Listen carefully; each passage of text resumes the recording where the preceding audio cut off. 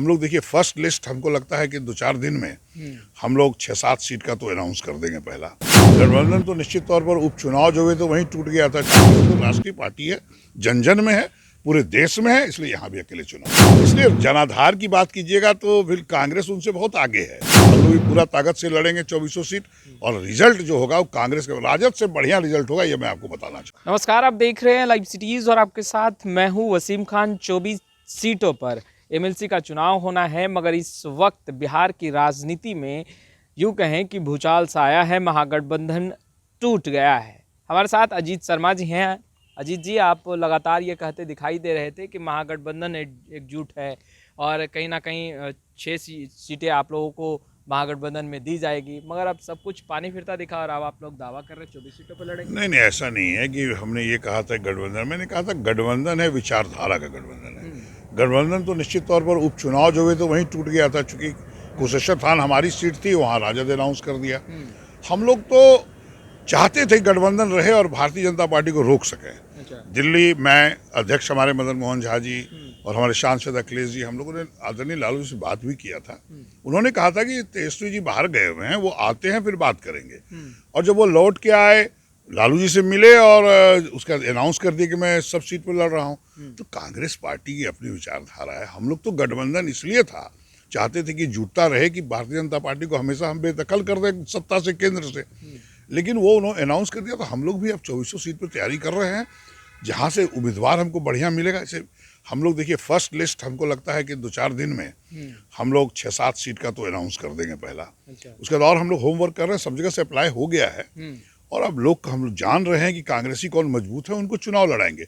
गठबंधन की बात मत कीजिए, अभी है हम लोग विचारधारा। गठबंधन तो हमेशा रहेगा, क्योंकि भारतीय जनता पार्टी धर्म जात के नाम पर पूरे देश को बांटने का काम कर रही है।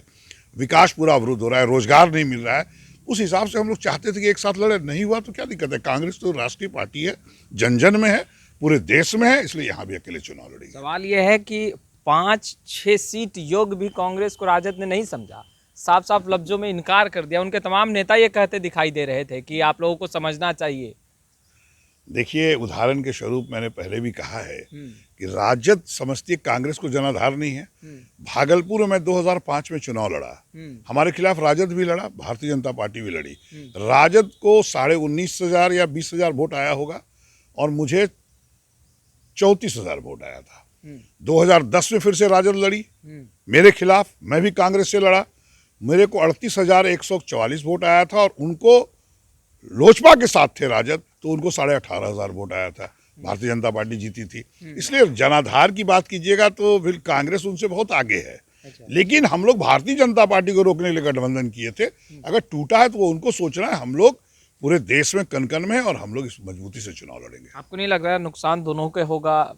कांग्रेस को भी हो सकता है, राजद को भी हो सकता है और तीसरे एनडीए को फायदा होगा। आप दोनों अगर आमने सामने होंगे, अपने उम्मीदवारों को उतारेंगे। देखिए, बिहार में जो हालत है, भारतीय जनता पार्टी के खिलाफ माहौल है और चूंकि ये जनता डायरेक्ट वोट नहीं करती, लेकिन जनता के द्वारा चुने हुए जो प्रतिनिधि हैं वह वोट करते हैं। तो आपको बता दें, जनता भी तो दबाव बनाएगी कि अब तो रोजगार मिल नहीं रहा है, भारतीय जनता पार्टी दे नहीं रही है और कांग्रेस ही को 2024 में केंद्र में आना है, तो रोजगार की उम्मीद तो कांग्रेस से है। राजद तो सिर्फ बिहार में है, हम लोग पूरे देश में है।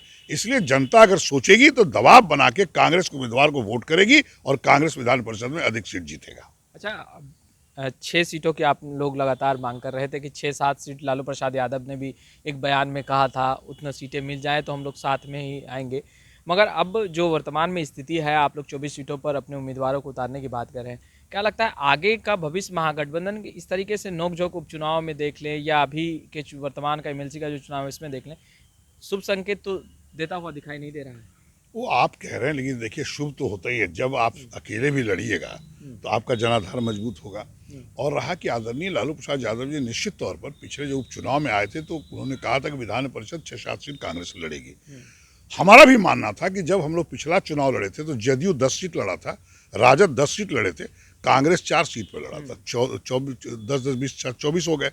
इस बार जदयू साथ नहीं था, तो उनका जो 10 सीट का बंटवारा होना था वो 75 सीट विधानसभा में जीते थे, मैं 19 सीट जीता था। हमारा तो ऐसे ही 2-3 सीट बनता था। तो इसीलिए हम लोग बोलते थे कि 6-7 सीट पे हम लोग को हो जाता है तो हम लोग लड़ेंगे।